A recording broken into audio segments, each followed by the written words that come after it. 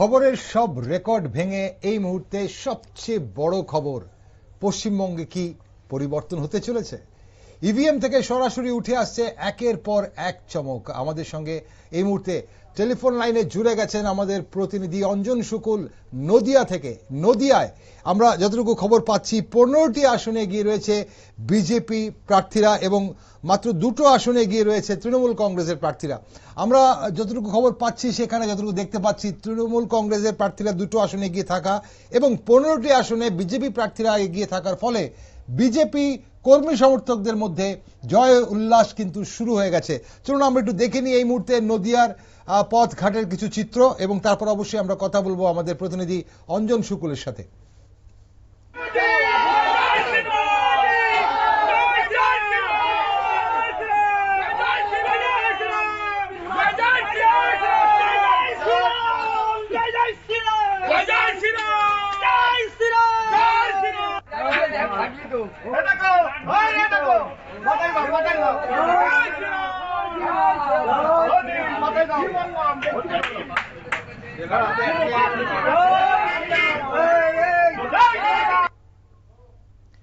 পশ্চিমবঙ্গে আজ যেন আবারও হোলি, তবে রং উঠছে এখন এই মুহূর্তে গেরুয়া আবিরের।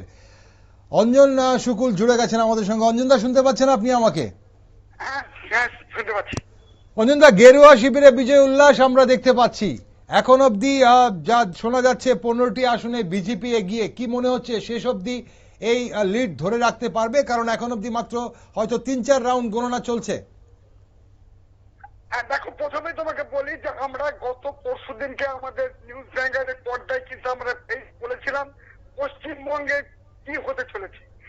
আজকে সকাল থেকে গণনা শুরু হতে নদিয়ায় যে 17টা আসন, তার মধ্যে 15টা আসনে এগিয়ে রয়েছে বিজেপি, অন্যদিকে তৃণমূল এগিয়ে রয়েছে মাত্র 2টি আসনে।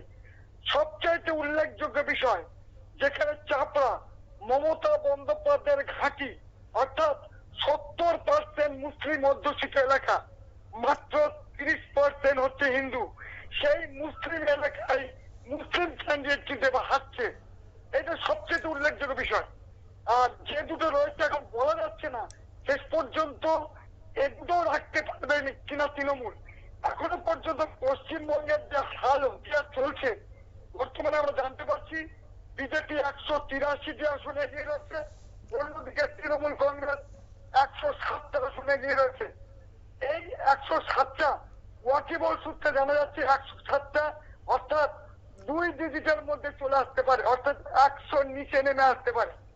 সেই দিকে এগিয়ে যাচ্ছে। যদিও এখনো পর্যন্ত আমরা যেটা জানতে পেরেছি, চতুর্থ রাউন্ড এবং পঞ্চম রাউন্ডের গণনা হচ্ছে, সেখানে কেউ 12,000 কেউ 14,000 ভোটে এগিয়ে গেছে। সেই মার্জিনটা ক্রস করা কিন্তু মোটেই সম্ভব হবে না। ওকে অঞ্জন দা, আমাদের তৃণমূল কংগ্রেসের মুখপাত্র বা তৃণমূল কংগ্রেসের নেতৃত্বরা বলছেন যে এটা একদমই শুরুর রুঝান বা শুরুর ট্রেন্ড দেখা যাচ্ছে।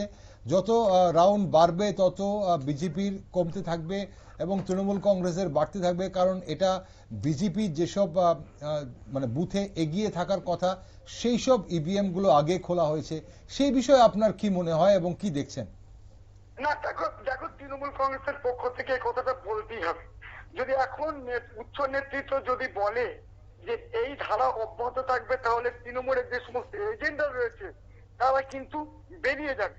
সেই জন্য তৃণমূল কংগ্রেসের পক্ষ থেকে এজেন্টদেরকে সেই স্থানে ভোট গণনা শেষ হওয়া পর্যন্ত রাখার এটা কৌশল। তো তোমাকে বলছি, যত বেলা গড়াচ্ছে ততই কিন্তু মার্জিনটা কিন্তু আরো বেড়ে যাচ্ছে, আর আসন সংখ্যা কিন্তু তৃণমূলের কমছে। বলা যেতেই পারে যে কিছুক্ষণ অর্থাৎ 1 ঘন্টা পরে তৃণমূলের অনেক এজেন্টই কিন্তু বুথ থাকবে না, সেই দিকে এগোচ্ছে। অলরেডি নদিয়ায় 2টি আসনে অর্থাৎ মন্ত্রী উজ্জ্বল বিশ্বাস যে কেন্দ্রে দাঁড়িয়েছিলেন এবং জিতেছেন, সেই কেন্দ্র থেকে কয়েকজন এজেন্ট বেরিয়েও চলে গিয়েছেন। কারণ হচ্ছে একটাই, 18,000 ভোটে কিন্তু এগিয়ে গেছে বিজেপি। তারা বুঝতে পেরেছে কোনোভাবেই কিন্তু সেখানে ফিরে আসা সম্ভব নয়, সেই জন্য তারা কিন্তু বেরোতে শুরু করে দিয়েছেন। অসংখ্য ধন্যবাদ অঞ্জন দার সঙ্গে থাকার জন্য। আমরা অবশ্যই পরবর্তী সময় আপনার কাছে আবার আপডেটের জন্য যাব। এই মুহূর্তের জন্য আপনাকে ধন্যবাদ। দর্শক বন্ধুরা, আপনারা শুনছিলেন আমাদের প্রতিনিধি সাংবাদিক অঞ্জন শুকুল পশ্চিমবঙ্গ থেকে নদিয়া জেলার আপডেট উনি দিচ্ছিলেন। আপনাদের এই মুহূর্তে একটা চিত্র দেখাবো, যে চিত্র অবশ্যই দেখাচ্ছে যে গেরুয়া আবির খেলতে শুরু করেছে।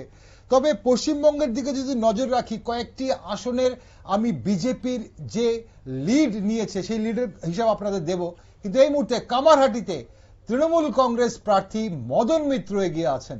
কামারহাটিতে এই মুহূর্তের সবচেয়ে বড় আপডেট, কামারহাটি কেন্দ্রে তৃণমূল কংগ্রেস প্রার্থী মদন মিত্র এগিয়ে আছেন।